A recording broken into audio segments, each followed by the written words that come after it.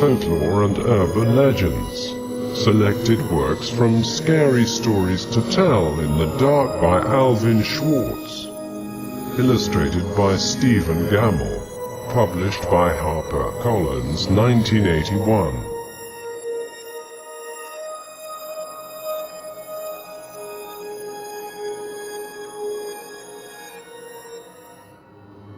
The Thing.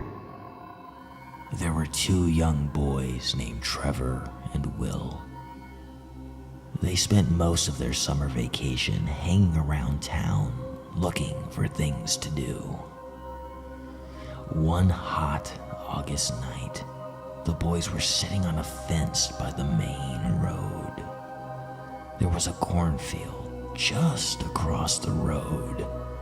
Suddenly, Trevor spotted something in the field. In the darkness, it was difficult to make out, but he thought it looked like some kind of weird animal. He nudged his friend, pointed in the direction of the strange-looking figure. Will said he could see it too. He wasn't sure, but the mysterious thing seemed vaguely human. The next thing they knew, the thing was gone. The boys craned their necks and scanned the field with their eyes. Out of the blackness came the thing. It slowly walked over to the edge of the field before disappearing again. Trevor and Will looked at each other, puzzled. "What was that?" asked Will. "I have no idea," replied Trevor. No sooner had he said that than Trevor felt a clammy hand on his shoulder.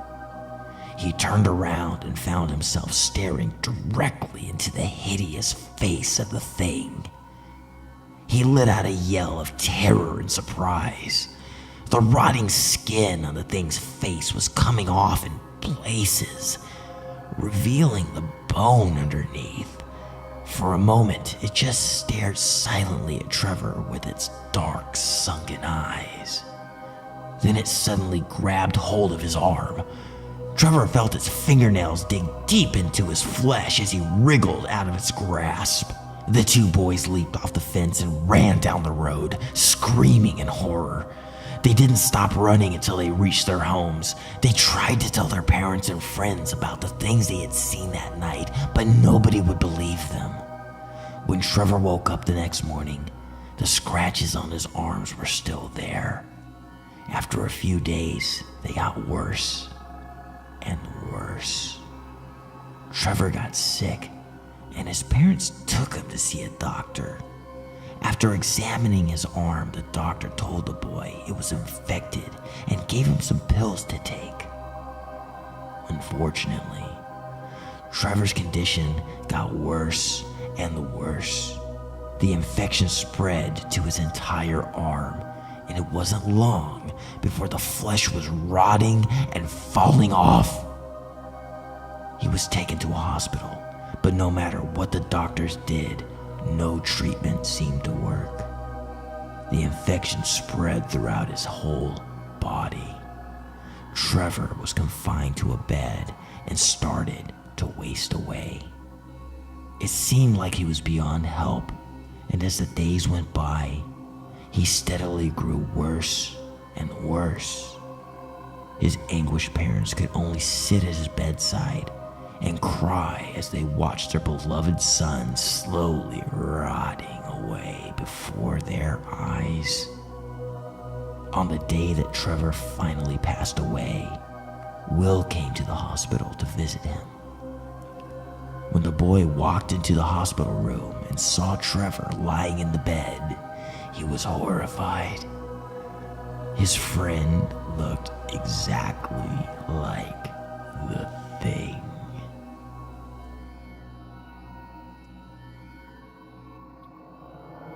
High beams. As the woman drove down a deserted highway, she noticed a lone pair of headlights quickly approaching her car from behind. When the car came closer, she noticed that it was going to overtake her. The car car drew up beside her. But then the driver suddenly swerved back behind her car. She started getting nervous and kept an eye on the strange car in her rear view mirror. He pulled up dangerously close to her rear bumper and began flashing his high beams at her. The headlights dimmed for a moment, but then the high beams flashed again and the car behind her surged forward. The car followed her very closely, and on tight curves, over hills, he would flash his high beams on and off. The frightened woman struggled to keep her eyes on the road and fought the urge to keep looking at the car behind her. Finally, she approached her exit, but the car continued to follow, flashing the high beams again and again. The terrified woman took out her mobile phone and dialed 911. When the operator answered, the woman screamed into the phone, "A car's following me. He keeps tailgating and blinking his lights at me." The woman gave her address, and in a few minutes, she saw the red and blue lights of a police car in the distance. She breathed a sigh of relief as she pulled into her driveway. But suddenly, the strange car pulled into the driveway behind her and began blinking its lights on and off like a maniac. The police car screeched to a halt on the woman's front lawn, and two police officers jumped out with their guns drawn. They pulled the man out of the strange car and forced him to lie face down on the lawn. Then they handcuffed him as he screamed, "There's someone in the car! There's someone in the car!" The two policemen suddenly pointed their guns in the woman's direction and fired. The woman screamed, but when she turned around, she saw the bloody corpse of a murderer fall out of her back seat. There was a large butcher knife still clasped in his cold, dead hand. The police searched her back seat and found duct tape, a blindfold, and a pair of handcuffs lying there. The woman realized that the man in the strange car had been trying to save her. When the police released him, he explained that as he pulled up behind her car and his headlights lit up her back seat, he had seen a man with a butcher knife rising up behind her. Just as the madman was about to stab her, he flashed his high beams and the figure crouched back down. "I flashed my high beams every time I saw him raise the knife," he said.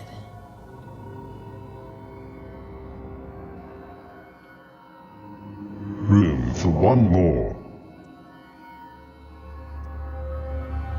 There was a young woman who had just started a new job in a large office building.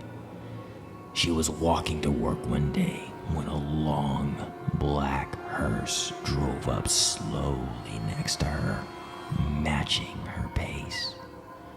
This made her nervous, and she anxiously watched it out of the corner of her eye. The driver leaned out the window and called to her in a deep, booming voice, "Do you need a lift?" She turned to look at him, got a terrible shock. The driver's face was incredibly hideous, deformed. His skin was a deathly pale, and one of his eyes was noticeably higher than the other. The man pointed to the rear of the vehicle, which contained a coffin.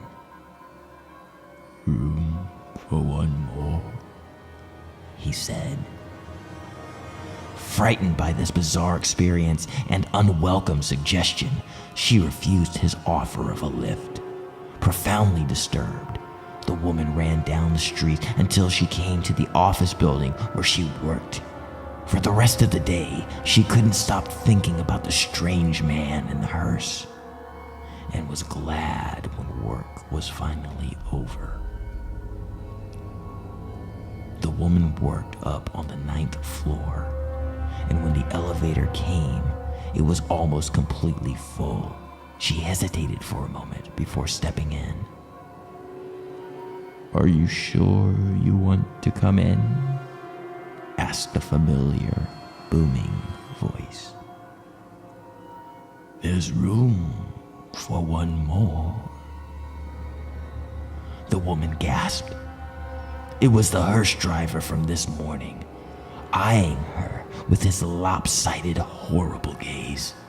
Now thoroughly spooked, the woman backed away, stuttering, I think I'll take the stairs. The hearse driver just stared at her as the doors slid close. The woman had only taken a few steps down the stairs when she heard a chorus of screams followed by a deafening crash. She hurried downstairs and discovered the elevator cable had broken and all of the passengers aboard had plunged to a grisly death. Room for one more.